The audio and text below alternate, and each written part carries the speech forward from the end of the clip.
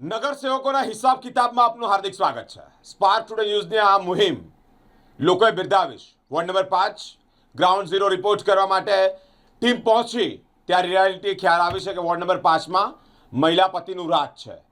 પીવાનું ચોખ્ખું પાણી પણ નથી આવતું, ક્યાંક આવે તો પૂરતી માત્રામાં નથી આવતું. ઇવન એટલું જ નહીં, ટીપી રોડ છે પરંતુ ઠેર ઠેર ગંદકીની ભરમાર, કોઈ જ પ્રકારની સુવિધા નથી. નગરસેવકોના અલગ અલગ કલર, અલગ અલગ વાયદાઓ, આ ભ્રષ્ટાચારની ગંધ એ સ્પાર્ક ટુડે ન્યૂઝે બહાર પાડી છે. સ્થાનિક લોકોએ, એટલે કે વોર્ડ નંબર 5ના સ્થાનિક લોકોએ સ્પાર્ક ટુડે ન્યૂઝની જે આ મુહિમ છે તેને બિરદાવીશ. વોર્ડ નંબર 5માં ગ્રાઉન્ડ ઝીરો રિપોર્ટ માટે ટીમ પહોંચી ત્યારે સ્થાનિકોએ આપવીતી દર્શાવી છે. વિસ્તારનો કોઈ વિકાસ જ નથી ભાઈ, અને તમારી જે આ કામગીરી છે તમને બિરદાવીએ છીએ. બહુ સારું કામ છે. પ્રજાના પ્રશ્નો તમે આવી રીતે હલ કરવા માગો છો. હું તો એક જ કહેવા માગું છું કે પ્રજા જે ચૂંટીને લાવે છે કોર્પોરેટર કંઈ કામ કરતા નથી. પ્રજાના પૈસે લીલા લેર અને ફોર વ્હીલરોમાં ફરવાનું. પ્રજા જ્યારે પોતાના પ્રશ્નોનો હલ કરવા જાય છે ત્યારે ઉદ્ધતાઈથી જ વાત કરવાની. કોઈ જ એ લોકો અમારી કામગીરી કરતા નથી. ને પાણીનો તો એટલો પ્રોબ્લેમ છે અમને કે એટલું ગંદુ પાણી આવે છે કે જે પીવા લાયક નથી. છેલ્લા 10 મિનિટ પાણી આપે છે, એ 10 મિનિટ પાણી પૂરતા પ્રેશરથી નથી. હવે મોટા ફેમિલીવાળા હોય એ કેવી રીતે પાણી ઘરમાં યુઝ કરી શકે? બીજું કે ડ્રેનેજનું એટલું પાણી તમે જુઓ તો ફૂલની ફૂલ, ચોમાસામાં તો ફૂલ અમારી ડ્રેનેજ હોય છે, એનો કોઈ નિકાલ નથી થતો. વારે વાર આ લોકોને કહેવા છતાં અમારું કોઈ જ કામ થતું નથી. 5 વર્ષમાં કોર્પોરેટર એક પણ વખત આવી? 5 વર્ષથી કોર્પોરેટરના મોડા જ નથી જોયા કે કેવા છે, કાળા ધોળા પીળા, એ કંઈ જ ખબર પડતી નથી. બસ એમની લીલારેર કરવાની, પ્રજાના રૂપે થાતા થૈયા કરવાના, બીજું કાંઈ જ છે નહીં એમના માટે. આ ચૂંટીને લાવીને અમારી મોટામાં મોટી ભૂલ થઈ છે, બીજું કંઈ જ નથી. શું નામ તમારું? પિનલબેન. 5 વર્ષમાં તો એકેય વાર જોયા જ નથી હજુ સુધી. અને જેમ વોર્ડ પ્રમુખે હમણાં સૂચન કર્યું એ પ્રમાણે ખરેખર અહીંયા એટલો બધો પ્રોબ્લેમ છે. ટીપી રોડ બનાવ્યો છે, એનું ટેન્ડરે પાસ થયેલું છે, 15 લાખ રૂપિયા બી થયેલા છે. હવે એ ઓફિશિયલ તો આપણે જાણકારી એની મેળવી નથી, પણ 110% એ રોડનું થાય જ, કારણ કે ટીપી રોડ છે એ પહેલું કામ એનું કરે જ છે કોર્પોરેટરો, પણ એ નથી કર્યું આ વખતે.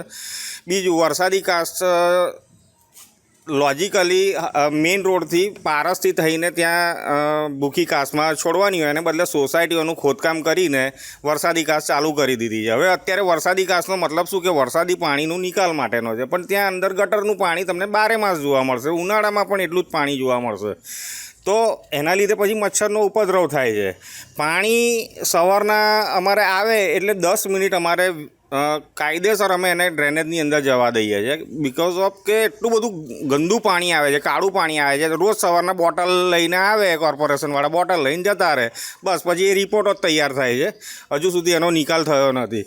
એની અગેન્સ્ટમાં પાણી અમને એટલું ઓછું મળે છે 10 મિનિટ, અને એ પૂરતા પ્રેશરમાં પણ નથી હાલતા. કારણ કે હવે એની અંદર બી કાળી બજારી હશે કે ભાઈ આ પાણીની વોટર જગ ને બધે જગ્યાએ મોકલવાના હોય તો કમાય, બે પૈસા કમાય. કારણ કે ગરીબ કોર્પોરેટરોને આ બધું કમાવવું તો પડશે જ, તો જ એ લોકોનું ગુજરાન ચાલશે. આપણે તો આમ પબ્લિકને તો શું છે કે ભગવાનની આશાએ જીવવાનું જ છે આપણે આપણી રીતના. એટલે કોર્પોરેટર છે જોયા છે કોઈ દિવસ અહીંયા આવ્યા? કોઈ દિવસ જોયા નથી. રસ્તામાં મળે તો ખાલી હાય હલો થાય, બાકી કામની બાબતમાં તો ઝીરો છે. 4 કોર્પોરેટર. વોર્ડની મુખ્ય સમસ્યા શું? પાણી, ડ્રેનેજ, રોડ રસ્તા, અને જ્યાં અમે સોસાયટીમાં કહીએ કે અમારે અહીંયા ટ્રાફિકની સમસ્યા થાય છે, અમુક પબ્લિક એટલી ફૂલ સ્પીડમાં આવતી હોય છે, બમ્પ બનાવો, એ પણ નથી બનાવવા હજુ આ લોકોને. બહાર કચરાનો મોટો ઢગલો છે. કચરાનો ઢગલો અમે કીધું કે આ એન્ટ્રન્સની અંદર જ આટલો મોટો ઢગલો હોય છે, પણ ત્યાં ને ત્યાં જ પેલો ડબ્બો રાખે એટલે લોકો કચરો પણ ત્યાં ફેંકી જાય છે. વોર્ડનો વિકાસ થયો છે? બિલકુલ નથી થયો. તો કોનો વિકાસ થયો? કોર્પોરેટરોનો. શું નામ તમારું? મયુર વ્યાસ. આપણે લેડીઝ તરીકે કોર્પોરેટરને મળવા જઈએ ઓફિસ પર, તો કોર્પોરેટર તો સાઇટ પર રહે છે, પણ એમના હસબન્ડ બધા વહીવટ એમના હસબન્ડના હાથમાં. તો આપણે કેવી રીતે એમને કમ્પ્લેન કરવાની? એ કોર્પોરેટર જે લેડીઝ હોય એ એમને સામે આવવું જોઈએ ને, તો એ તો આવતા જ નથી. પછી આપણે કમ્પ્લેન કરીએ ને તો એમના હસબન્ડ અમારી જોડે જીવાજોડી કરવા લાગે. દાદાગીરી ના ચાલે ને એવી રીતે. અને અહીંયા કોઈ દિવસે આવતા નથી. આ ઇન્ટરનલ રોડ છે એ બિલકુલ કોઈ દિવસે સફાઈ કશી જ નથી થતી અહીંયા. આ બધા કૂતરાઓ હગી જાય છે, બધું ગંદુ, ત્યારે કોઈ દિવસે કશી જ એ નથી. એટલે એમને કંઈ પડેલી જ નથી અમારી. અને પાણીનો એટલો બધો પ્રોબ્લેમ છે ને, એટલું ગંદુ પાણી આવે છે અને ગટરનું, એટલે અમારે કશે જવું હોય તો પાણીના ટાઈમે અમારે હાજર રહેવું જ પડે ઘરે. કશે બિંદાસથી જઈ નથી શકતા અમે. કોર્પોરેટનું કોઈ દિવસ જોયા છે વિસ્તારમાં કોઈ દિવસ? નથી, અમે જ પોતે જઈએ છીએ એમના ઓફિસ પર કમ્પ્લેન જે પણ કમ્પ્લેન્ટ હોય તો કરવા, એટલે એ લોકો આવતા જ નથી અને જોયા પણ નથી અમે. એટલે ખાસ વિસ્તારનો વિકાસ થયો છે કે નથી જ થયો ને. બહાર કેટલી ગંદુ છે, બહારનો રોડ પણ એટલો બેકાર છે, એકદમ ભંગાર રોડ છે. એ કોઈ દિવસે કરતા નથી, ખાલી પેલું એ કરીને જાય છે એ લોકો ઉપર રોડ. ક્યારે આવે છે કોર્પોરેટરો? ક્યારે એ કોર્પોરેટર આવતા જ નથી, ખાલી એ લોકોના માણસો આવીને કામ કરી જાય છે બસ, બીજું કશું જ નથી. અને એ પણ રોડ બરાબર કરતા નથી, એકદમ પ્લેન. આવે? ખાલી વોટ માંગવા જ આવે? વોટ માગવા પણ દેખાતા નથી, બહારથી જ જતા રહે છે રોડ પર. અહીંયા સોસાયટીમાં તો આવતા જ નથી, ખાલી આ કિશનવાડી છે, ગરીબ વિસ્તાર છે ને, ત્યાં અંદર ઘૂસીને વોટ માગે છે. શું નામ તમારું? કુંદાબેન. નમસ્કાર. આજે આપણા આ સ્પાર્ક ટુડે ન્યૂઝના માધ્યમથી વડોદરાની પ્રજાને જે એક મેસેજ જઈ રહ્યો છે એના બદલ સ્પાર્ક ટુડે ન્યૂઝને ખૂબ ખૂબ અભિનંદન. હવે અમારું એક જ રજૂઆત છે કે આજે વર્ષો પહેલાં રાજાશાહી હતી, જ્યારે દેશ આઝાદ થયો ત્યાર પછી લોકશાહી આવી, પરંતુ આ લોકશાહી જેવું આ વડોદરા શહેરની અંદર આજે અત્યારે 5 વર્ષની અંદર જે લોકો દ્વારા ચાલતી આ જે પ્રથા છે કે જે લોકો ચૂંટીને જે નેતાઓને લાવે છે એ જ નેતાઓ આજની તારીખમાં અમારા વોર્ડ નંબર 5માં કદાપી ફરકતા નથી. પાણીની એટલે એકદમ ગંભીરમાં ગંભીર સમસ્યા કે જે કુદરતે આપણને આપેલું પાણી આટલા 30 વર્ષથી એ લોકોના અનુભવી શાસનથી માણસ પોતાનું ઘરના અનુભવથી પોતાનો ઉદય સારી રીતે કરતો, પરંતુ આ લોકો છેલ્લા 30 વર્ષથી પીવાનું ચોખ્ખું પાણી હજુ આપી શકતા નથી. શરૂઆતની 10 મિનિટ ગટરનું પાણી આવે છે, એ અમારે વેડફી દેવું પડે છે. પછી તમારે પાછું ભરો, પછી 20 મિનિટમાં પાણી જતું રહે છે. અને પછી બીજી વસ્તુ કે વરસાદી ગટર કાંસ એ અમારા સોસાયટીઓમાંથી નીકળે છે અને જ્યારે ત્યારે પૂર વરસાદ આવે ત્યારે અમારા ઘરોની ચેમ્બરો સુધી પાણી આવી જાય છે.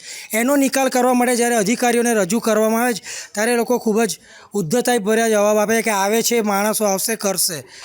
આ કાંસમાં પાણી ભરાવાના લીધે અહીં અતિશય મચ્છરોનો ઉપદ્રવ થાય છે.